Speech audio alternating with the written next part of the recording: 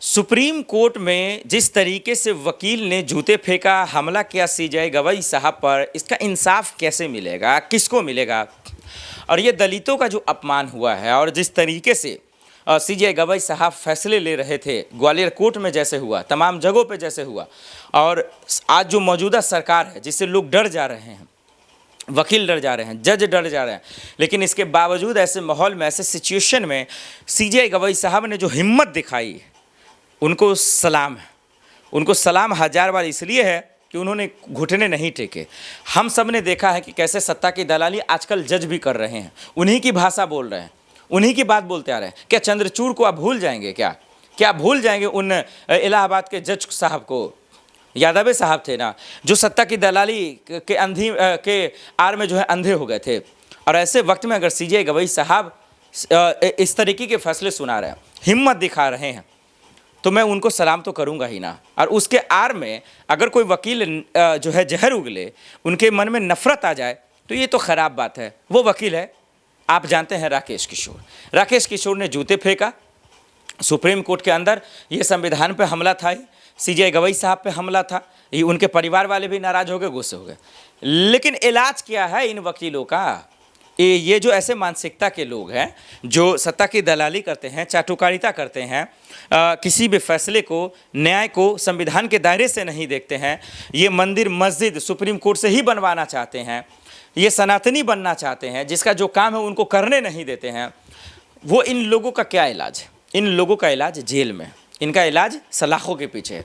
क्योंकि ये कानून का पाठ तो पढ़ रहे हैं, लेकिन पाठ धर्म का पढ़ा रहे हैं, और उस धर्म का पाठ में सिर्फ और सिर्फ राजनीति और सियासत घुसा हुआ है।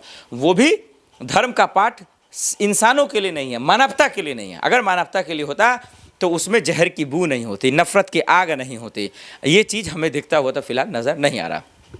यही वजह है कि जब सीजेआई गवई साहब ने रहम खाया, सीजेआई गवई साहब ने कहा एफआईआर दर्ज नहीं करना है, चलिए माफ़ कर देते हैं, उसी वक्त वकील राकेश किशोर को चुल्लू भर पानी में डूबकर मर जाना चाहिए कि देखिए उनका दिल कितना बड़ा है। इतना बड़ा घटना हुआ, आपने संविधान पर चोट लगाई, आपने सीजेआई गवई साहब पर जूते फेंका, इसके बावजूद वो माफ़ कर दिए क्योंकि उनका दिल बड़ा है। शुक्र अदा करें। आपको नफरत किस बात से है वकील राकेश किशोर साहब? इसलिए कि वो एक दलित परिवार से आते हैं, या इसलिए कि दलित दो देश में ऐसा पहली बार हुआ कि 2 दलित अभी तक सीजेआई बने, जज बने? क्या इस बात से आपको तकलीफ है, या इस बात से तकलीफ है कि वो छोटी जाति से हैं, या इस बात से तकलीफ है कि हम लोग छोटी जाति से हैं? शर्म आनी चाहिए वकील राकेश कुमार आपको, और आपको इस्तीफा देना चाहिए। खैर आपका तो चलिए सब कुछ रद्द हो गया। हालांकि खबरें आई हैं कि तमाम वकील लगे हुए हैं, जो सॉलिसिटर जनरल साहब सब हैं, बार एसोसिएशन के वकील साहब हैं, कि इन पर एफआईआर दर्ज कर इनको जेल में भेजा जाए, और बहुत ज़रूरी है कि जेल भेजा जाए। मैं तो फिर से एक बार अपील करूंगा सीजेआई गवई साहब से, मैं अपील करूंगा माय लॉर्ड कि कम से कम आप इस बात पर रहम मत फरमाएं।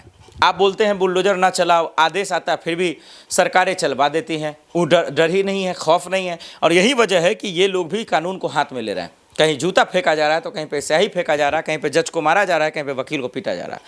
ये तभी हो रहा है क्योंकि इन लोगों के बीच में सत्ताधारी लोग हैं, उनकी ताकतें हैं, और यही वजह है कि जस्टिस वर्मा आज तक जेल नहीं गया। नहीं तो आज जस्टिस वर्मा भी जेल में होते हैं, जो 500-500 की नोटों की गड्डी जला दिया, लेकिन आज तक जेल में नहीं। ये क्यों? क्योंकि आप लोग रहम फरमा रहे हैं। मत फरमाइए इन लोगों पर। जो संविधान को चोट करेगा, दाग लगाएगा, जो जज साहब पर हमला करेगा, जो संविधान पर हमला करेगा, सुप्रीम कोर्ट में जूते फेंकेगा, उन लोगों को आप माफ़ करेंगे? नहीं करना चाहिए। इन लोगों को जेल में डालिए, कानून का पाठ पढ़ाइए, सबक सिखाइए, तभी जाकर इनको होश आएगी, अकल आएगी। ये बहुत ज़रूरी है। अब अगर वकील साहब जेल नहीं जाते हैं तो जस्टिस वर्मा जेल क्यों जाएंगे? तो सीजेआई गवई साहब को ये चीज़ समझना चाहिए, जिसको हम खोल कर बताते हैं।